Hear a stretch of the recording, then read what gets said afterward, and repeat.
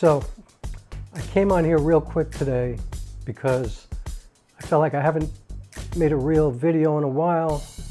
For YouTube, this is not really one that I'm putting that much effort into visually, at least, but I do think it's good information, so I wanted to share it. And what I'm talking about today is definitely for my particular project that I'm working on right now. The Panasonic S5 is the best camera for me, definitely. Like, I'm so grateful to have this camera. And I don't have the S5 Mark II, I don't have the 2X. I have the original Panasonic S5. So my autofocus is good for the limited ways that you can use it. You know, it's not tracking anything, but if you just want to nail something and you're using an autofocus lens, it works quite well. But I'm using only vintage lenses, so it doesn't make a difference to me. I mean, I'm actually manually focusing myself right now because I'm using a Minolta 28mm f2.8, and I love 28mm. Like, I love the way it looks. I love looking at the world through 28mm, and maybe I'm just used to it, you know. But Panasonic S5, the Minolta 28mm, my Minolta 50mm, those two lenses are perfect. And here's what I'm learning from the process of making my film.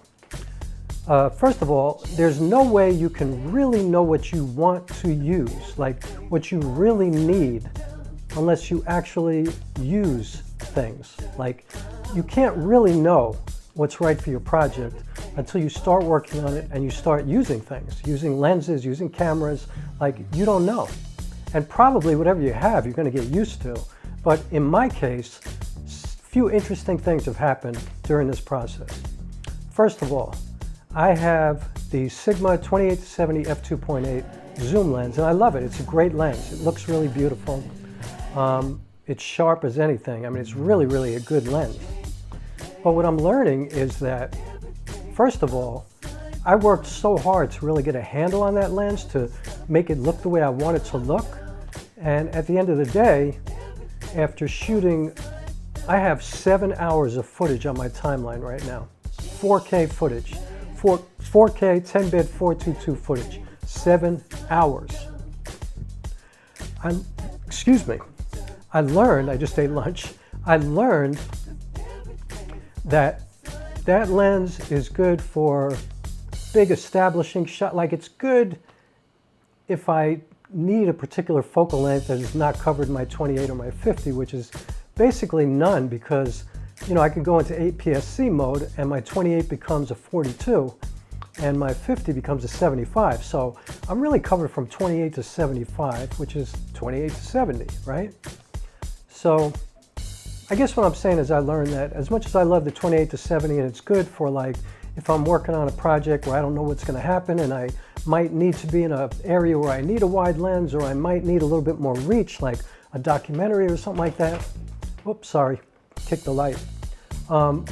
It's good to have that lens, but if I know what's going on, I don't need that lens, because I love so much more the way these vintage lenses look. Like, there is a big difference between the way they look. Like, this is so much grittier, and, you know, I don't mind the imperfections of these lenses. I actually embrace the imperfections. I like the imperfections. I like the way it looks, and I think most people are like that. Like, you're buying these incredibly sharp lenses, and then you're putting black Pro Mist filters on them, and people are putting, like, Vaseline on their lenses and all kinds of crazy shit.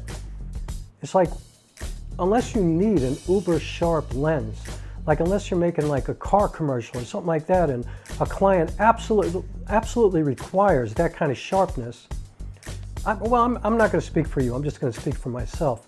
I prefer the vintage lenses. So I shot all this footage. I'm not going to use it because I have a great opportunity with this film to get exactly what I want. And so, as much as I'm, you know, tempted to just go, oh, it's good enough, stop shooting, just use what you have, I'm not going to do that. And I'm going to come back around to explain this point at the end of this video. The other thing is the camera. Like, this is the perfect camera for me. I come from Sony, right? I used a Sony a6400 for a long time. I actually learned how to use a proper camera with that camera. But I love this camera so much more because of the video assist features in it, and the manual focus assist features in it. It just blows the Sony a6400 out of the water.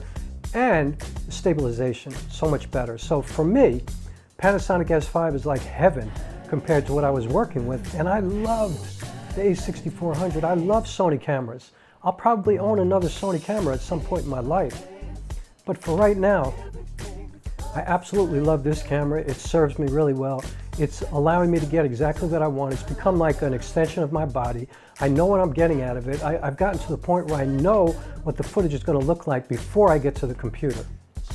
That's where you want to get to. You want to know when you're shooting what you're going to get. Like what you're looking at, that's pretty much what you're going to get. And obviously, you have to make a few adjustments, and you know, lighting matters, everything matters.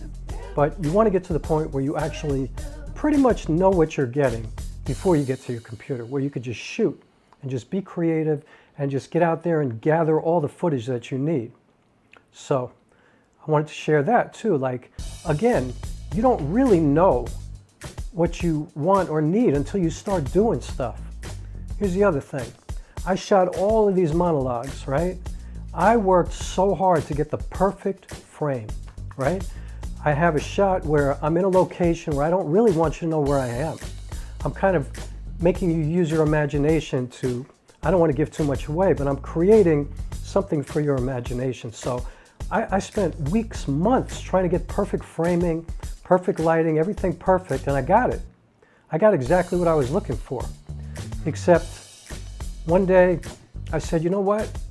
I want to do something that's creating more tension, more stress. I want it to look uncomfortable. I want it to be dirtier, you know, I want it to be grittier. I want to embrace some grain, some noise, like all of that, you know. And so I just threw up the camera and I changed the angles and I made it look kind of odd, and I'm like, I got to reshoot everything. The thing is, I wouldn't have gotten there unless I shot everything else, which are perfect, beautiful, beautifully framed monologues, perfectly sharp, perfectly, I have everything, my exposure is perfect. Sorry, I had a brain fart right there. I mean, it's perfect. It looks great. There's no noise. It's clean. It's the Panasonic S5. The low light capabilities are amazing, but it's not what serves the work. And I wouldn't have known that unless I went through this process of 7.5 hours of footage. So obviously, if I was on a set with other people spending money, I wouldn't have the luxury of doing this. But what I am saying is this: when you're coming up, when you're just starting, when you're not working on a professional set with people who are breathing down your neck thinking about money, take the opportunity to do everything, like do work, make art, create stuff, because that's the only way you're going to figure out what you want and what you need. Like, you can't figure out what you want unless you do something, right? You can't figure out what you need until you try to get what you want and get what you think you need. You know what I'm saying? So I've learned so much in this process, and you have to fight like hell to get the movie that you're trying to create. Like, you have to really, really like bite and claw your way to try to get exactly what you're trying to achieve, And the other thing is that you're never going to get what you set out to get. You're not even going to want what you set out to get. You could write a screenplay, a flawless, beautiful screenplay. That's not going to happen, because so many unknown things are going to happen along the way, and you have to be flexible enough to deal with that. And in fact, you have to realize that a lot of the things that you did not plan for are going to turn out to be the most beautiful parts of your film. It always happens. It's like, that's the difference between filmmaking and theater, I think, because theater, you pretty much know what it's going to be every night. Now, the energy is different, but I know in my case, when I do a theater piece, every word is exactly the same. Like, I am scripted, 2.5 hours, nothing can take me off that script. I'm not going to drop any lines. My energy might be different. The audience energy might be different. So a performance on a Tuesday might feel different than a performance on Thursday or Friday, or Monday might be different. Like, everything might be different just because of the energy.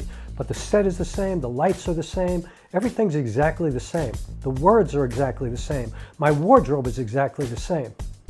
In filmmaking, you might go out there and try to shoot something. Like, I was shooting something recently, and all of a sudden this woman walks into the frame with a bicycle, and she starts stretching, and she just stayed there. And there was no way I could move this location, so she's in my movie.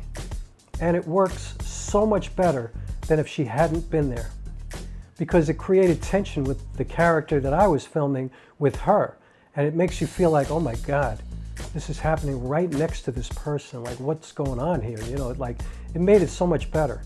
You know, sometimes you go out and it rains, you know, you didn't expect it. Like, you have to be available and open to the unknown, the surprises, the magic that might occur along the way. And so you can't know that unless you go out and do it. You know, you can't know that it might wind up being better, you know, as opposed to writing out a screenplay, going out for the first time, and then being disappointed every time something doesn't happen the exact way that you wanted, and then starting to create all these excuses like, oh, it would have been better if I did this, I planned on this. Like, nah, don't do that. Just make sure you serve the story.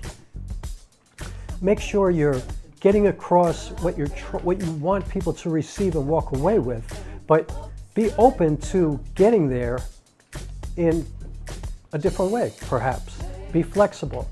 Be open. Be open to the fact that it ain't all about you. Sometimes the universe brings you stuff that's better than you, better than what you thought, and you have to embrace that.